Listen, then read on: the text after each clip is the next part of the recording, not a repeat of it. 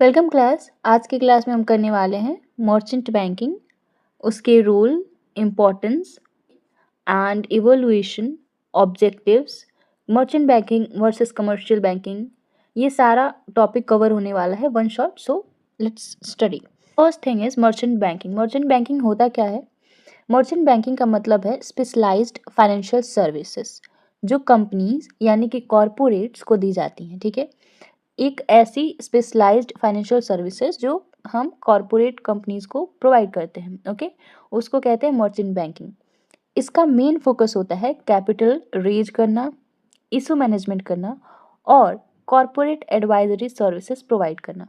Okay, हम later on समझेंगे कि इशू मैनेजमेंट क्या होता है, कॉरपोरेट एडवाइजरी सर्विसेज क्या होती हैं, कैपिटल रेज कैसे होता है।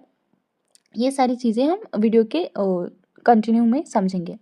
ओके, अभी देखते हैं कि जो मर्चेंट बैंकर्स होते हैं वो कंपनी और इन्वेस्टर्स के बीच ब्रिज का काम करते हैं। Merchant bankers act as a intermediaries between companies and investors. Okay, ये कंपनी को फाइनेंशियल प्लानिंग, रिस्ट्रक्चरिंग और मार्केट रिलेटेड डिसीजंस लेने में हेल्प करते हैं। ओके, सो ये था मर्चेंट बैंकिंग, उसका मीनिंग और उसका डेफिनेशन।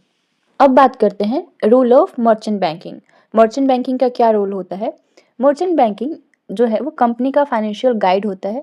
बहुत सारी फाइनेंशियल सर्विसेज कंपनी को प्रोवाइड करता है मर्चेंट बैंकर। ओके, सो कंपनीज को मार्केट से कैपिटल रेज करने में हेल्प करता है। इसका जो पहला रोल होता है मर्चेंट बैंकिंग का वो ये कि वो ऑर्गेनाइजेशन को, कंपनीज को मार्केट से कैपिटल रेज करने में हेल्प करता है, यानी कि फंड रेजिंग में। पब्लिक इश्यूज यानी कि इनिशियल पब्लिक ऑफरिंग्स और प्राइवेट प्लेसमेंट्स को मैनेज करता है मर्चेंट बैंकिंग। ये प्रोवाइड करता है expert financial and corporate advisory services.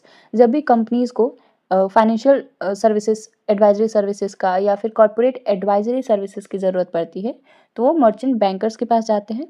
Merchant bankers उनको बताते हैं कि बेस्ट अपॉर्चुनिटीज़ कौन कौन सी है, बेस्ट वे कौन सा है फंड रेज करने का, और भी बहुत सारी फाइनेंशियल एडवाइजरी सर्विसेज।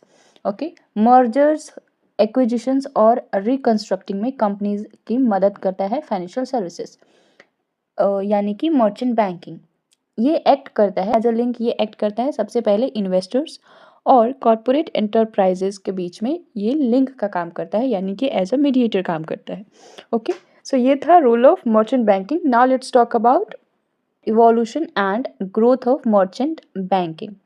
ये क्या होता है? मर्चेंट बैंकिंग जो है वो इवेल्युएशन कैसे हुआ, इसका ग्रोथ कैसे हुआ?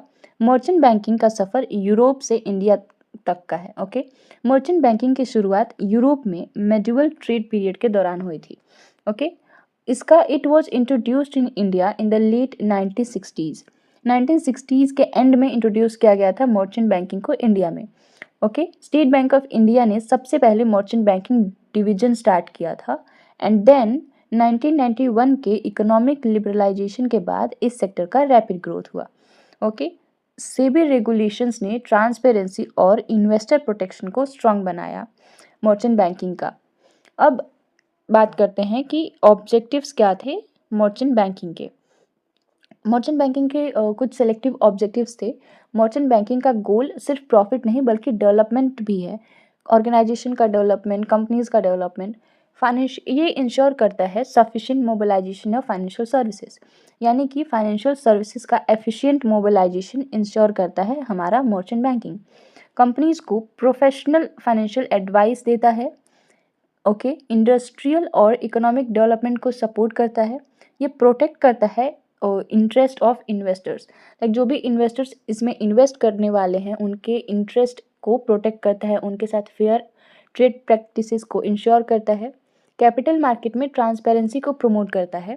ओके, जो भी कंपनीज इशू करती हैं अपनी शेयर्स तो उनमें और इन्वेस्टर्स में ट्रांसपेरेंसी मेंटेन रहे, सो ये उसको इंश्योर करता है और ट्रांसपेरेंट रखता है, उसको प्रमोट करता है। ये थे objectives of merchant banking. Now we will see the merchant banking versus commercial banking.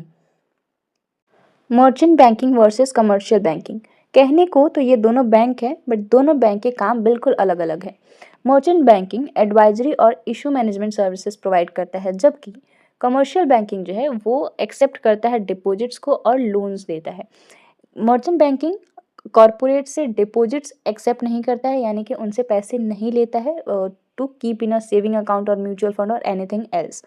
Merchant banks जो है वो मेनली डील करते हैं कॉरपोरेट क्लाइंट्स को, जबकि कमर्शियल बैंक्स जनरल पब्लिक को भी सर्व करते हैं, उनके साथ भी डील करते हैं। मर्चेंट बैंकिंग जो इन्वॉल्व करता है higher risk based services. Okay, इनकी सर्विसेज जो होती हैं वो बहुत हाई रिस्क बेस्ड होती हैं, while commercial banking comparatively low risk होती है, इसमें आपके पैसे डूबने के चांसेस बहुत कम होते हैं। मर्चेंट बैंक्स जो है वो अर्न करता है थ्रू फीस एंड कमीशन, जो वो फाइनेंशियल सर्विसेज कंपनी को प्रोवाइड करते हैं उनसे वो फीस और कमीशन से अर्न करते हैं, और कमर्शियल बैंक इंटरेस्ट इनकम से अर्न करते हैं। ओके, जो मर्चेंट बैंक्स जो है वो रेगुलेटेड बाय सेबी। सेबी तो आप जानते ही होंगे। सेकंड, मर्चेंट बैंक्स सेबी के अंडर रेगुलेट होते हैं, कमर्शियल बैंक्स आरबीआई के अंडर रेगुलेट होते हैं। जो भी मर्चेंट बैंक्स हैं वो सेबी उनको रेगुलेट करता है। सेबी क्या होता है? Securities exchange board of India. जो भी शेयर मार्केट का एक्सचेंज होता है, इन्वेस्टर्स के रिस्क को प्रोटेक्ट करना होता है, वो सेबी के अंडर आता है। सो मर्चेंट बैंकिंग भी सेबी रेगुलेट करता है, और कमर्शियल बैंक आरबीआई रेगुलेट करती है, reserve bank of India. Merchant banking does not accept public deposits, जैसे कि हमने स्टार्टिंग में बात किया था कि वो कॉमन पब्लिक से या फिर कॉर्पोरेट पब्लिक से डिपॉजिट एक्सेप्ट नहीं करती है, बल्कि कमर्शियल बैंक्स डिपॉजिट्स भी एक्सेप्ट करती है, लोन भी देती है। ओके, और उनको शॉर्ट टर्म में डील भी करती है। तो ये था difference between merchant banking and commercial banking. Okay, now let's talk about our last slide, the importance of merchant banking। Merchant banking के इम्पोर्टेंस क्या क्या है? एक स्ट्रॉन्ग कैपिटल मार्केट के पीछे मर्चेंट बैंकिंग का बहुत बड़ा रोल होता है। ओके, आप इसके इम्पोर्टेंस से गेस कर सकते हो कि मर्चेंट बैंकिंग का एक सक्सेसफुल कॉरपोरेट यानी कि ऑर्गेनाइजेशन का कितना स्ट्रॉन्ग रोल है। सबसे first one is capital market को स्मूथ फंक्शनिंग इंश्योर करता है। जब भी कंपनी को फंड की ज़रूरत होती है, जब भी वो एडवाइजरी की ज़रूरत होती है, ये सारी सर्विसेज जो प्रोवाइड करता है वो कैपिटल मर्चेंट बैंकिंग प्रोवाइड करता है। कैपिटल रेज में भी वो हेल्प करता है।